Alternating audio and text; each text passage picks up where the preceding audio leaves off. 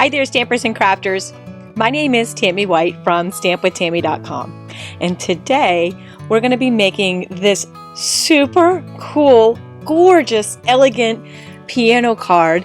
And I've used it as a happy birthday card, but you could definitely change the greeting on the occasion to match any occasion for the music lover in your life, or even just someone you want to give a super cool card to.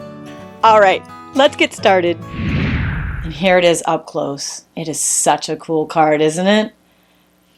We'll be using the Feather Together stamp set for the greeting, although you could use some of the other greetings here depending on the occasion you're making it for. All of these supplies that I'm using today are available in my online Stampin' Up store simply by going to my blog at this URL or clicking in the YouTube link in the description below.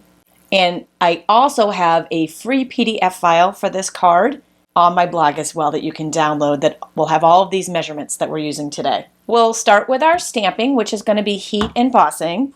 Before I stamp the Versamark ink, I'm going to use the embossing buddy. Now this is going to put a little powdery film over our cardstock, and this is going to keep the static down so we don't get any extra little embossing powder where we don't want it. We don't get little dots.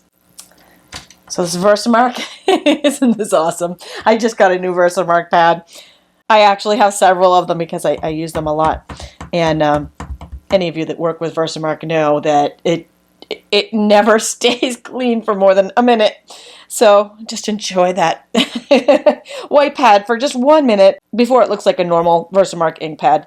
It's like, you know how leather gets worn in and it gets better with age? Well, Versamark pads get better with age as well. And they also get darker, and that's all good. So I'm just stamping the happy birthday right in the middle. Pull in some scrap paper, and we're using some gold embossing powder from Stampin' Up. And I'm going to pour that right over the top. And the beautiful thing about using the embossing buddy first, I'm going to show you this. See all this extra powder that's hanging around there? When we heat emboss, that will show. First thing you want to do to get rid of that is flick the back really good. Not a little tap, like a real good flick. And because I used the embossing buddy, do you see how quick that all just literally just fell right off? And only our words were left. Pour that excess right back in the jar.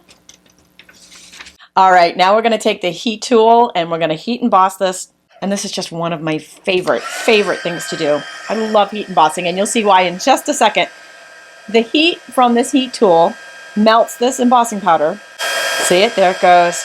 It is so awesome.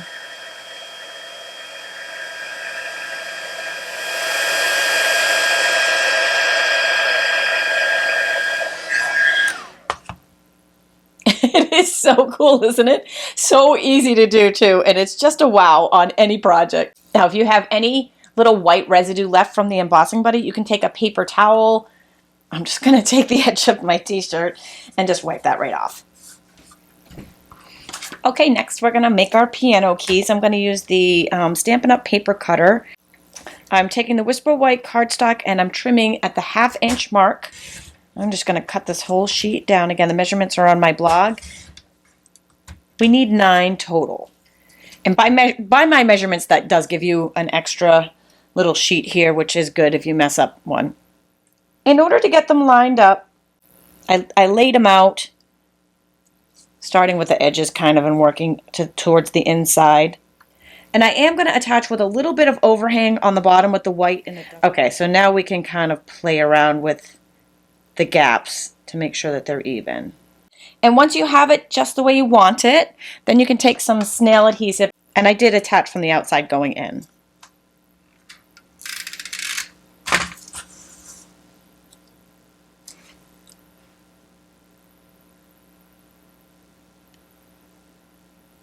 Right now, it looks like the Cheshire Cat smile right now, right?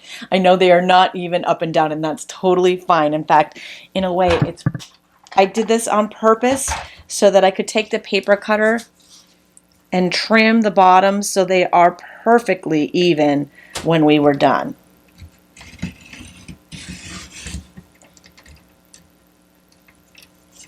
Ta-da!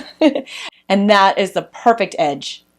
Okay, next I'm going to take the classic label punch and some scrap black, and we're going to punch out 6 labels. And these will be our black keys, the sharps and the flats. For those I did kind of look at the piano keys when I was designing it to have an idea of the placement.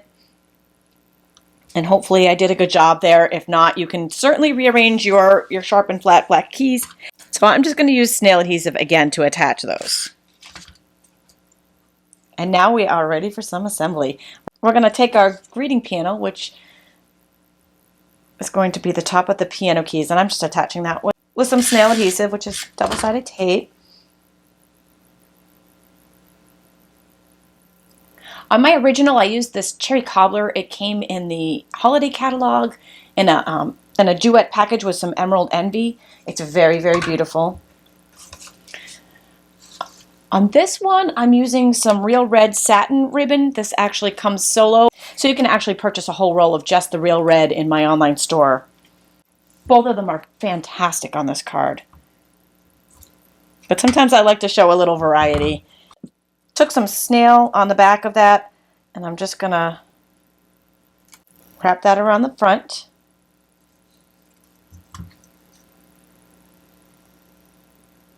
And then just cut a little strip off. I call this the faux knot. It's my favorite because it comes out perfect every time. One thing I hear a lot of from people is how they're never happy with their bows and their knots, but the faux knot comes out perfect every time, and it's so super easy. And it saves you on ribbon. Oh, I love it. I think I actually like it better in the red than the cherry. I'm not sure. Oh, I just love that red. Oh, it's so rich. Beautiful. So this panel layers on some gold foil with some snail adhesive. Oh my gosh, it's just fantastic, isn't it? I love it, love it, love it. We're just going to take some Stampin' Dimensional Pop Dots on the back to attach that to our card base. And I've layered some Whisper White on the inside so you can write your greeting or stamp it. Isn't that fantastic? I love this card. Absolutely love it. Perfect for the music lovers in your life. Don't forget, there's a free PDF on my blog, and you can purchase all of these supplies there as well. And be sure to join my newsletter while you're there, because I send out free card tutorials every Tuesday that you can only get if you're on my newsletter. Thanks for joining me today.